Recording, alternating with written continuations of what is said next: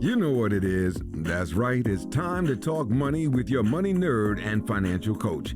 Now, tighten those purse strings and open those ears. It's the Money Talk with Tiff podcast. Hey, this is Tiffany's Take, where I answer your money questions every Tuesday on the podcast. So if you would like your money question answered, then please feel free to go to the website www.moneytalkwitht.com/ask Tiffany, and I'll be more than happy to answer for you. So I got a question in, and it says, Tiffany, how do I implement my budget? To be more specific, how do I figure out what to spend on first when some of my responsibilities are past due and still think about remaining current? So this is an awesome question, because I know when people are first getting started budgeting, maybe you have a car payment that's behind, or maybe you're behind in your credit cards, or whatever the case may be. And so you're thinking, okay, I have my budget, I know my numbers, but how do I implement my budget to where I can take care of some of these past due bills as well?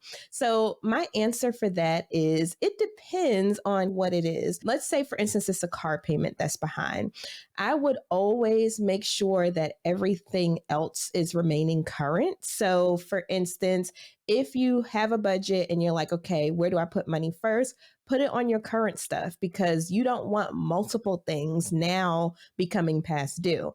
I would focus on the current stuff. And then once you have money left over, start putting it on the past due things. And now, like I said, that also depends, because let's say it's a car payment that is in danger of being repossessed. Then if that's the case, then you may want to prioritize that first. I would highly recommend making sure that you don't get anything else past due, because then you have not only one headache, but a few headaches on top of that. So that would be my suggestion for that. And like I said, it depends on your situation.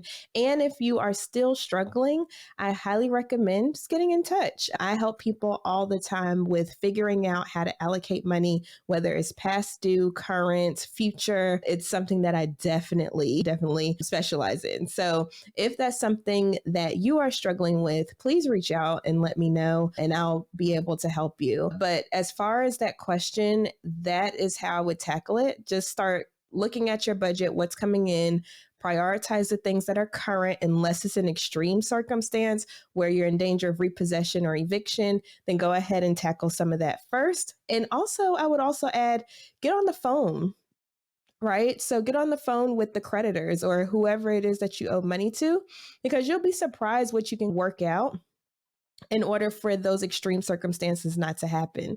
So I would also do that as well as part of your plan. In addition to looking at your budget, reach out to the people that you owe and see if you can work out something, because you will be surprised. And then once you do that, if you do find that you have any additional money, then of course put on the past due balances. But what you don't want is for multiple things to become past due, and then it becomes an even bigger headache. And you can also do a snowball to where it gets bigger and bigger of an issue. So we want to tackle it. We want to make sure it gets done. So those are my suggestions for that situation.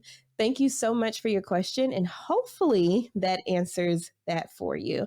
Now, like I said, if you have any questions you want to submit, go to moneytalkwitht.com/ask Tiffany, and I answer those questions every Tuesday on the show.